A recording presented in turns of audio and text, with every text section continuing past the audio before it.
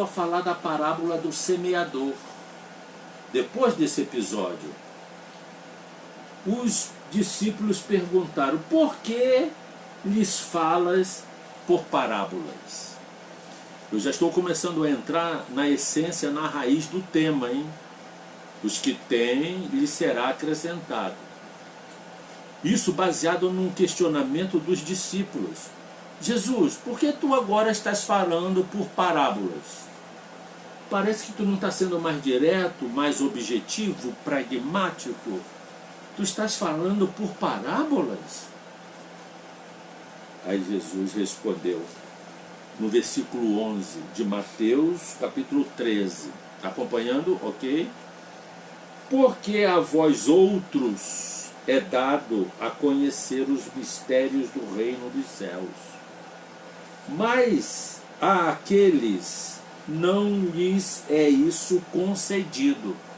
Gente, que lição, que lição, que lição, que lição. Pensa naquele momento. Muitos não entenderam o que Jesus pregava.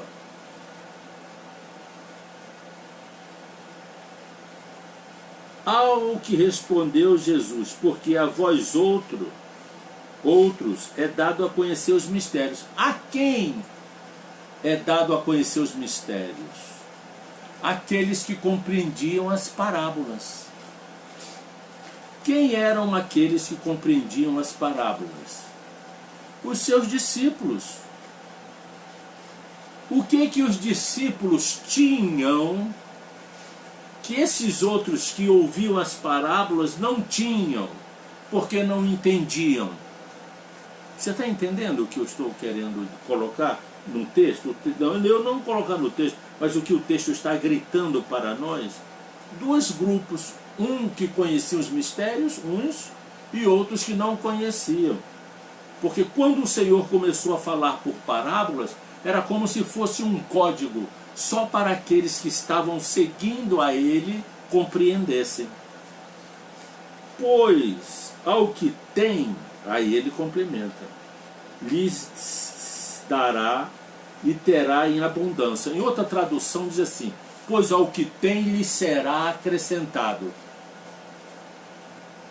Mas os que não têm, até o que tem, lhe será tirado.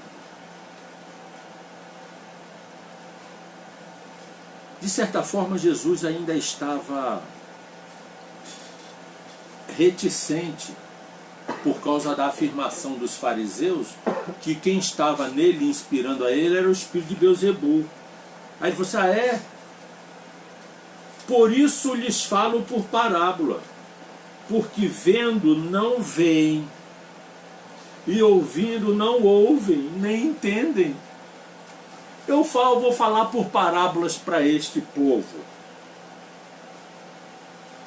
porque tem outra tradução que diz, para por mim não serem curados. Eles vão ouvir, mas não vão entender. Vão ver, mas não vão enxergar. Vão escutar, mas não vão ouvir. Por isso eu lhes falo por parábolas. De sorte que neles se cumpre a profecia de Isaías. Ora, gente, presta atenção, uma coisa tão singular, tão linda, tão maravilhosa. Eu queria, se pudesse, estar com cada um de vocês que estão me ouvindo agora, para olhar nos olhos de vocês, para tentar passar a emoção que me invade quando eu estudo as Escrituras. O Senhor estava falando, olha, o profeta Isaías profetizou sobre isso quando eu viesse. Observe que Isaías, na verdade, é o profeta messiânico. Vamos ver aqui, vamos ver aqui.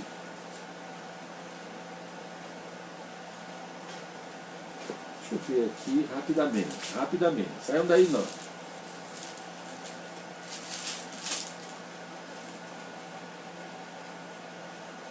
Olha isso, Isaías capítulo 6, versos 9 e 10. Olha o que Isaías falou aqui nesse texto. Foi exatamente esse momento cumprido por Jesus, naquele momento, quando ele começou a falar as parábolas, que muitos não entenderam. Por exemplo, os judeus pediram a ele: olha, mostra-nos sinais para que creiamos em ti. Mostra-nos sinais. Aí Jesus falou assim: não vos mostrarei sinais, a não ser o sinal do profeta Jonas. Até hoje, judeus não sabem o que isso quer dizer. E muita gente na igreja não sabe o que quer dizer o sinal do profeta Jonas. Eu também não vou falar aqui agora não, talvez isso seja motivo de uma live. O sinal de Jonas. Então, é uma parábola de Jesus. Ele começou a falar por parábolas para quem? Para cumprir a profecia de Isaías. Então disse Edão, de Isaías. Então disse ele: vai e dize a este povo: ouvi, ouvi, não entendais. Vede, vede, mas não percebais.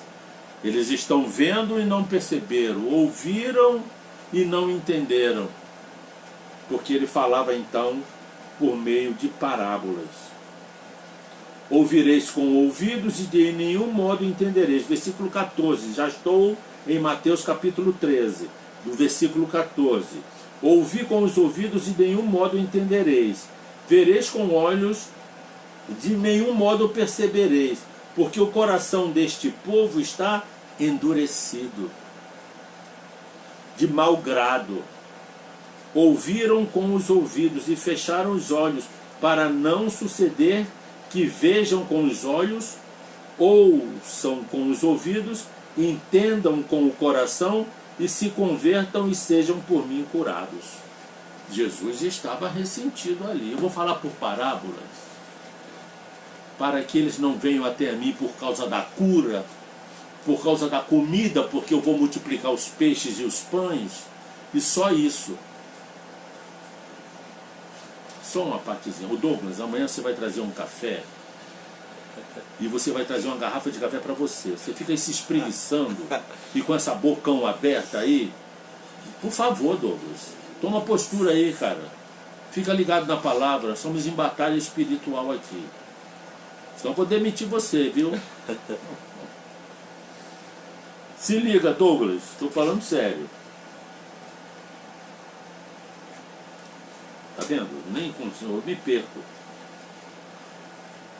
Por isso, esse povo está com o coração duro. Eles não querem saber do Evangelho. Bem-aventurado, porém, os vossos olhos. Aí ele já fala com os discípulos. Bem-aventurado, porém, os vossos olhos, porque veem, e os vossos ouvidos, porque ouvem. Pois, em verdade vos digo, muitos profetas e justos desejaram ver o que vedes, e não viram, e ouvir o que ouvis, e não ouviros. Aprendei, pois, a parábola do semeador. Aí ele começa a explicar a palavra do semeador. Olha, Jesus começa a dizer o seguinte: muita gente antes de vocês, falando para aquele povo lá, para os discípulos dele, queriam ver o que vocês estão vendo. Muitos, né, de Moisés até Malaquias, não é? Não o João Batista. João Batista foi um privilegiado, porque pertenceu às duas castas, a casta do Antigo Testamento e a casta do Novo Testamento, porque ele anunciou Jesus, viu Jesus, tocou em Jesus, o batizou nas águas. Mas todos os outros profetas, não é? Só ouviam falar que ele viria. E naquele momento ele estava ali com os discípulos, falando deles. Olha, muitos do passado gostariam de ter esta oportunidade. Assim como muitos também do passado, da época de Jesus, gostariam de ter a oportunidade que nós estamos tendo hoje, de ver todo esse mundo já configurado para a vinda dele. Fica imaginando em Barnabé, em Papias, em Lactâncios, né? Em Irineu, em Agostinho, em tantos outros pais da igreja, professores, né, que ensinavam o cristianismo, tantos de Antioquia quanto os de Alexandria, que gostariam de estar vivendo o momento de hoje, para ver a tecnologia preparando o esquema do anticristo, para ver as pestes acamparem no planeta Terra, para ver a globalização e o globalismo, para ver toda a iniquidade que a Terra está vivendo no atual momento. Esses homens de 2000 anos atrás, 1900 anos, os homens da reforma do século XVI, Wycliffe, Lutero, Wesley, não é? Eles gostariam de ver isso, os reformadores da igreja, né? A igreja aí, muitos teólogos de séculos passados gostariam de ver, presenciar isso que nós estamos vendo hoje em nossos dias. Mas este privilégio está sendo entregue a nós, da nossa geração. Você já pensou aqueles que viram Jerusalém ser destruída, virar pó e pedra, se vivessem hoje, ver Jerusalém restaurada, a figueira que brotou novamente, preparando o cenário para Jesus voltar nela, em Jerusalém? Você já pensou quando aqueles homens fugidos de Jerusalém, na batalha do ano 70, que viram o templo de Israel ruir, cair ao chão? Vê hoje já as plantas arquitetônicas e virtuais sendo construídas, os objetos do templo sendo construídos pelos arqueólogos e rabinos de Israel. Você já pensou hoje, vendo Israel reconquistar o Harabait, o monte do templo, e toda Jerusalém, para construir o templo onde o antimessias vai profaná-lo, mas logo em seguida o Messias voltará? Meus queridos, esse cenário contextual está acontecendo na nossa civilização, na nossa idade, na nossa geração, no nosso tempo. Nós somos privilegiados para compreender as Escrituras por intermédio das profecias. Você já pensou, se Isaías estivesse vivo hoje, ele iria compreender quem é este povo que vem voando entre as nuvens como pombas para as suas janelas? Será que o profeta Isaías, ou Deutero Isaías, viram os Boeings da Elal levando os judeus de todos os cantos do mundo de volta para Israel? Você já pensou se Isaías estivesse vivo hoje para ver o brasileiro Oswaldo Aranha, num só dia, devolvendo uma faixa de terra a Israel para a nação hebraica ser replantada no Oriente Médio? Você já pensou se Ezequiel estivesse vivo hoje para entender a profecia que ele profetizou, mas ele mesmo não entendeu quando falava do vale de ossos secos? Que das 5 etapas da profecia, 3 já se cumpriram, e a 4ª etapa está esperando somente a igreja sair para se cumprir, exatamente junto com a 5ª. Você já pensou se Sofonias visse aquela muralha que foi construída em Israel, dividindo Israel da Cisjordânia, com as torres, as casamatas militares, está lá em Sofonias? Você já pensou se Naum estivesse vivo hoje, para ver os carros se chocarem nas praças públicas e se tornarem tochas de fogo? Carros velozes na época de Naum? Você já pensou se João Batista, o João do Apocalipse, melhor dizendo, o João discípulo, o João do Apocalipse, exilado em Patmos, Você já pensou se ele visse hoje a tecnologia preparando a marca da besta com a tecnologia 5G, 6G e quântica? Ah, querido, querida, como nós somos privilegiados em viver esta época. Nós estamos vendo a Bíblia daqui para trás se cumprindo nesse tempo. Enquanto dormimos, a Bíblia vai se cumprindo, e hoje, na nossa geração, se cumpre aceleradamente. Quanto tempo, Douglas? 46 minutos. Agora eu preciso caminhar para o final.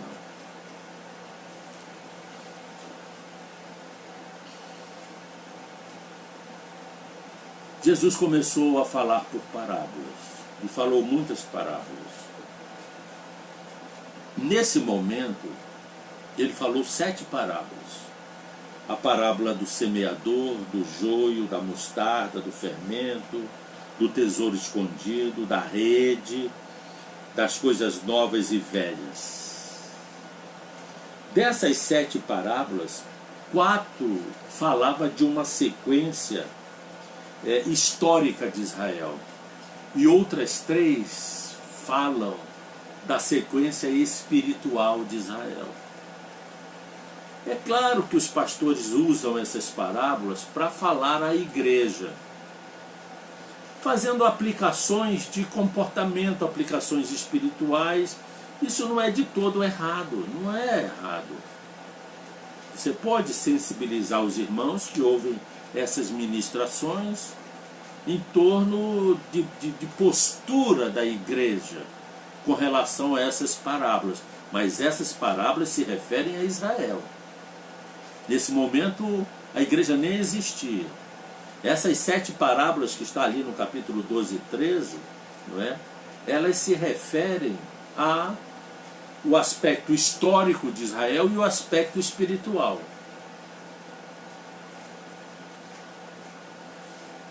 Só que as parábolas que Mateus registrou, que Jesus falou, não foram todas, né? Tem a parábola de Lucas também, que fala da candeia, parábola da candeia. O que diz a parábola da candeia? É a parábola que fala sobre onde põe a candeia, debaixo do tapete ou no velador. Dentro do contexto, é que quem põe a candeia no velador está sendo o quê? Iluminado por ela. E essa iluminação não é apenas a luz que os nossos olhos podem perceber. Essa iluminação é a luz que faz nos entender tudo aquilo que Jesus ensinou. Você sabe quem é essa candeia? Quem é a candeia que acende o teu entendimento, o meu entendimento? A Bíblia diz o seguinte, olha, o Espírito Santo é aquele que nos faz lembrar tudo aquilo que Jesus ensinou, é a candeia posta no velador. Onde você está colocando a candeia? Essa é uma pergunta para mim mesmo. Onde eu estou colocando a candeia que está em mim?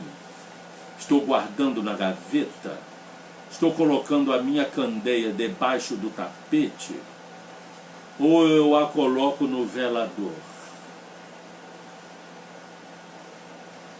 Que a tua vida, a minha vida, a nossa vida tenha fome das Escrituras. E que nós peçamos a Deus, por intermédio do seu Filho, que nos alimente cada dia com o seu Espírito. Com o Espírito Santo, a candeia que nos faz abrir os olhos, que nos faz entender as Escrituras. Que você, eu, nós venhamos a pôr a candeia no velador. Essa madrugada eu estava ali com os livros, com a Bíblia, e a candeia estava falando em mim. Falou muito. Jesus, olha isso, eu já venho pregando aí uns 7 anos. Os judeus tinham uma tradição de que somente o Messias poderia expulsar o demônio mudo. Eu falei, Jesus, onde eu vou fundamentar isso? Será que eu tenho que ir a Dallas para poder lá com os professores, os teólogos, ver esse fundamento? Aí os 3 milagres messiânicos de Arnold Fortenbaum. Quando eu li aquele texto de Fortenbaum, a emoção me tomou, porque ele é um grande pesquisador das tradições do judaísmo, doutor em teologia, judeu de nascença, levou a vida estudando, já é um velhinho, mais velhinho do que eu, mas que como me ajudou, como está nos ajudando, a candeia, o Espírito Santo. Coloca o Espírito Santo no teu velador. Sabe onde é o teu velador? É aqui, é a mente. Que a candeia possa te estimular a querer mais, querer mais. E a candeia vai revelar hoje, agora, nesse momento, quando Jesus fala aos seus discípulos, porque aqueles que têm, lhe será acrescentado, vai se dar em abundância, mas os que não têm, até o que pensam que têm, até o que pensam ter, lhe será tirado. Queridas, queridos, eu já ouvi pregação que diz que isso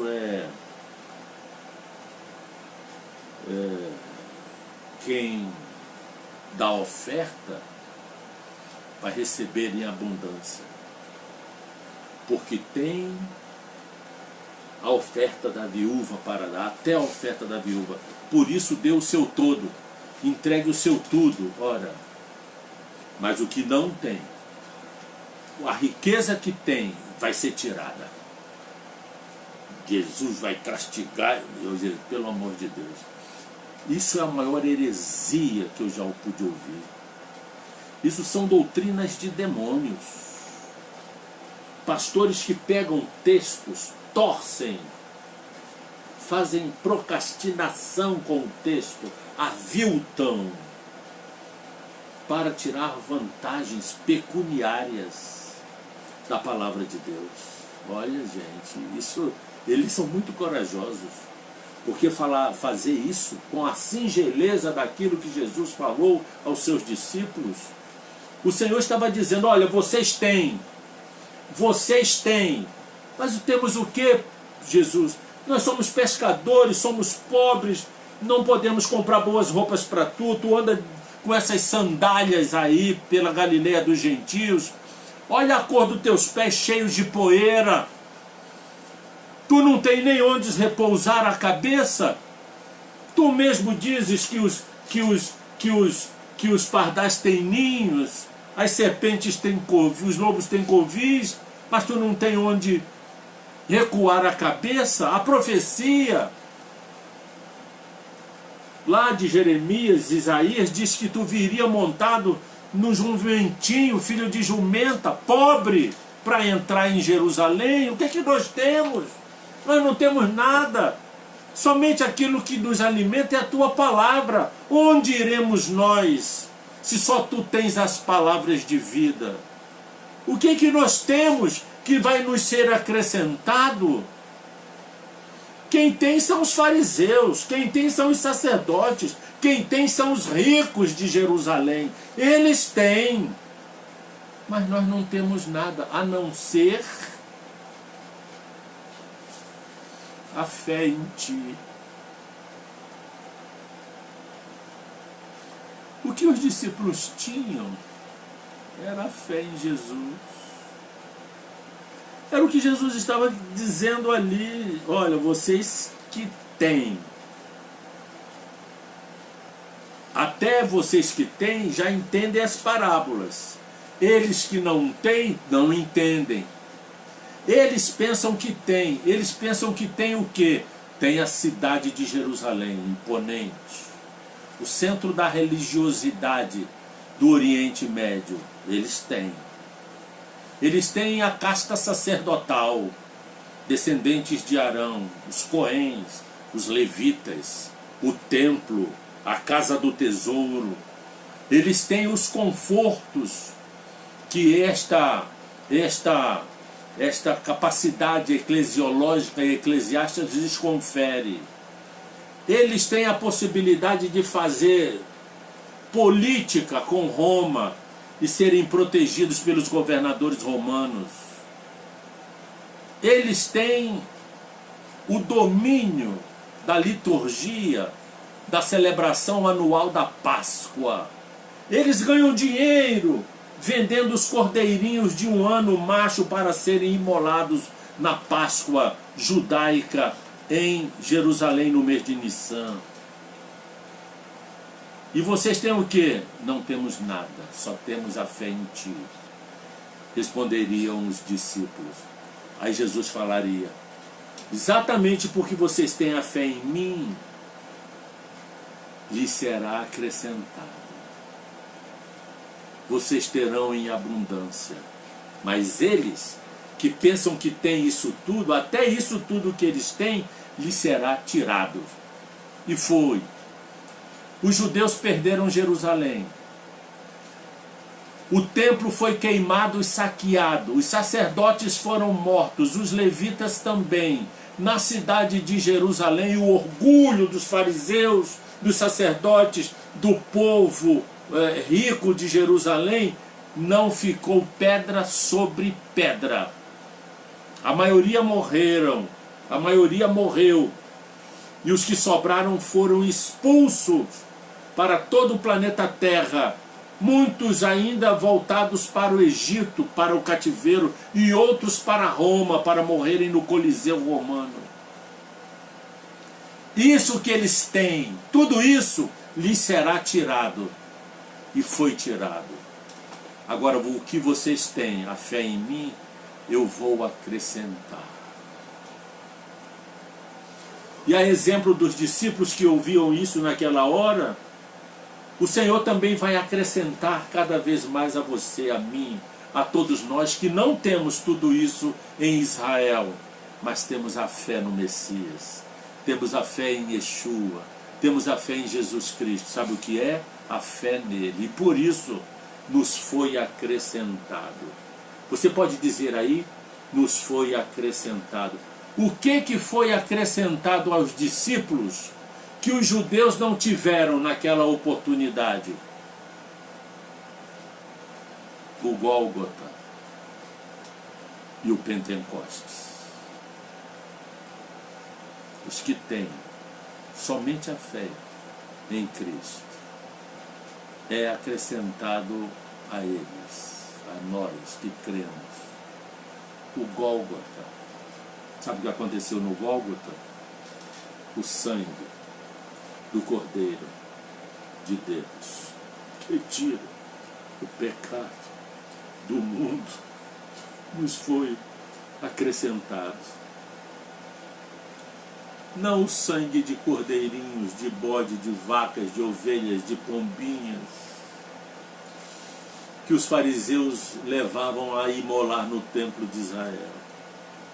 Sangue de animais de quadrúpede, mas o sangue puro, o sangue carmesim, o sangue proposto para ser derramado antes da fundação do mundo pela tua vida, pela minha vida, nos foi acrescentado no Gólgota. E por isso hoje, o sangue de Jesus me salva e me purifica dos pecados. Está sobre mim, me cobrindo como uma redoma santa, até que venha a eternidade. E o que mais foi acrescentado a esses que já receberam o sangue de Jesus? O Pentecostes. O derramar. O ministério da habitação do Espírito Santo. O Espírito Santo estava com os profetas, esteve com Abraão, com Moisés, com Jacó, com Isaac, com Isaías, com Raabe, com Jefité, com Sansão, com Daniel, com Ezequiel, com os profetas. Esteve com João Batista. Mas o ministério da habitação só passou a estar com a igreja. Sobre eles pairava o Espírito Santo. Sobre eles o Espírito Santo os inspirava. Mas aqueles que viram Jesus e que tiveram a fé em Jesus, que se converteram a Jesus, foi acrescentado o Pentecostes, o Espírito Santo. E hoje nós somos a geração de Jesus Cristo, a geração do Rei, com o DNA de Jesus, que será amplificado no galardão, para nós sermos uma nova raça, com o DNA do próprio Pai, transferido a nós pelo seu unigênito, que é Jesus Cristo, que também é o primogênito entre nós, os muitos irmãos de todos os tempos. Aos discípulos, foi acrescentado o sangue do Cordeiro, o Gólgota, e o Pentecostes, o Espírito Santo. Para isso estamos preparados para enfrentar o mundo como ovelhas no meio desta alcateia global, livres do mal, porém ainda no mundo, para fazer o ide de Jesus Cristo, pregar o Evangelho, não resolver sociologicamente as questões do mundo, mas para, com o testemunho de Jesus e da sua palavra, da palavra de Deus, sermos farol, a candeia que já está em nós, e sermos os puros entre os impuros, purificados pelo sangue de Jesus e purificados pela palavra. Portanto, se aqueles que estão em Cristo estão dando frutos, limpe-se mais, porque o Papai limpa, para que venhamos a dar mais frutos. E Jesus falou: vós já estáis limpos pela palavra que vos tenho falado. Assim encerramos essa live de hoje. Quanto tempo, Douglas? 1h05. Que Deus te abençoe, Deus te guarde, que o Senhor habite em tua mente, em teu coração, no teu agir, no teu deitar, no teu levantar, no teu dia, na tua palavra, na tua índole, na tua temperança e no teu amor. Eu estou muito sensibilizado com alguns irmãos que vieram em meu socorro. Agradeço profundamente em nome de Jesus. Deus cuida mesmo de maneira milagrosa de nós, não é? Eu estava ali meio preocupado com Glorinha, mas o socorro de Deus é bem presente na angústia. E por isso quero dizer que a minha vontade era poder estar olhando para cada um de vocês, olho no olho. Espero que tenhamos esta oportunidade. Se depois que passar esse momento de pandemia, de alvoroço social, o seu pastor, quem sabe, me quiser ter em sua igreja, é só me ligar, é só dar um assovio e eu estarei aí. Não me pergunte quanto eu cobro, eu não cobro. Não me pergunte quantos livros o pastor tem que vender, nenhum livro. Apenas me convidar. Eu quero te dizer que eu não sei fazer as ondas do mar. Isso eu não sei. Mas eu sei surfar não no mar, mas eu sei surfar na onda que o Espírito Santo gera. Porque Jesus é a minha prancha. Jesus é o meu sustento. Jesus é a minha rocha. E nele nós podemos surfar as ondas do Espírito. Às vezes o socorro não vem do nosso braço, mas vem quando nós estendemos as velas do seu barco, do meu barco. Eu confesso que eu estou cansado de remar, tentando dar as minhas próprias soluções às coisas. Eu estou falando com o meu Deus, com o meu Senhor. Senhor, eu preciso levantar as minhas velas e esperar o vento impulsioná-las. Não o vento de deixar a vida me levar, não é esse. É o vento do Espírito, que me leva para onde Ele quer. E eu sei que é porto seguro, porque o porto seguro, que é impulsionado pelo vento, que nos impulsiona a todos, são os braços de Jesus. Deus abençoe. Aqui, ó. Comercial do livro. O Douglas está insistindo em que eu faça o comercial dos livros. Aqui. É isso, Douglas? Isso. É. Se você quiser, estiver interessado, né, você vai lá no descrição do vídeo, está lá no meu telefone, né? E aí você passa um zap para mim, eu te oriento como você ter acesso. E amanhã o senhor vai entrar ao vivo, mas para escolher entre dois horários, entre 10 da manhã ou às 19 horas. Estão querendo que eu faça uma live amanhã. Eu já tenho até o tema, eu vou só aprimorá-lo. Talvez seja às 19 horas, né? Ok. Porque me falaram assim, pastor, as pessoas não vão à igreja. As pessoas não estão indo à igreja. Então você faz aí um tipo de um culto, uma pregação ou um estudo, quem sabe, né? Se você topar, mande para mim. Olha, ok, pastor, amanhã às 19 horas.